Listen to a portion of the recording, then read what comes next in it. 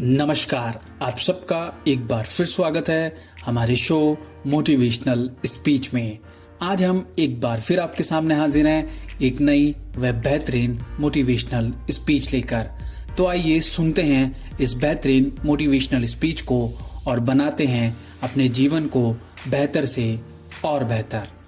खोए हुए आत्मसम्मान को फिर से वापस पाने के चंद तरीके हैं। श्री श्री रविशंकर, आध्यात्मिक गुरु।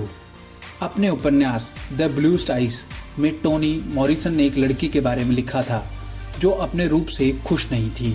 उसे नीली आंखें चाहिए थी, पर उसकी आंखें काली थी।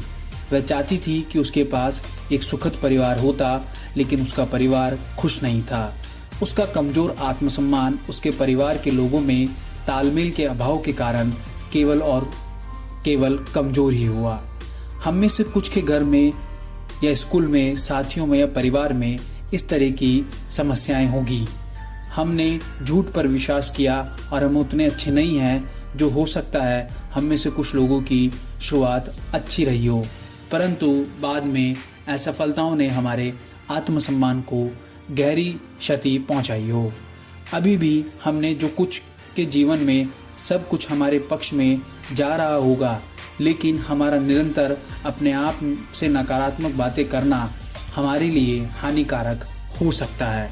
खैर, कारण जो भी हो, पर कुछ उपायों से आप अपने आत्मसम्मान को वापस पा सकते हैं।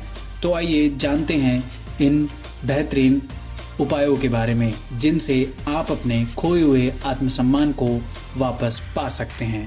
पहला तरीका, जितना आप सोचते हैं कि आप प्रतिकूल परिस्थितियों और लोगों के शिकार हुए हैं, खुद को उतना ही कमजोर महसूस करते हैं।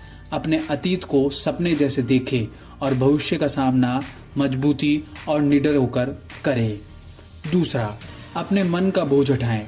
जिन पलों को आपने खुद को कम महसूस किया, ऐसे असफलता के कारण या उदाहरण आपको हानिकारक भावनात्मक बोझ देते हैं। आत्मविश्वास के पोषण के लिए उन्हें छोड़ना ही बेहतर है। इसके लिए ध्यान का सहारा लें। ध्यान करने से आत्मसम्मान को बढ़ाना एक वास्तविकता है। जब आप अपने आप के साथ सहज होते हैं तो आपके आत्मविश्वास में वृद्धि होती है। तीसरा, नकारात्मक सोच से दूर रहे। अपनी कमियों पर असंतोष के बजाय उन्हें सुधारने का संकल्प ले। आंतरिक नकारात्मक संवाद में लिप्त होने के बजाय उनका निरीक्षण तब तक करें जब तक कि वह विलुप्त ना हो जाए। और चौथा, दूसरों से प्रतिस्पर्धा की प्रवृत्ति, यह सबसे खतरनाक प्रवृत्ति है।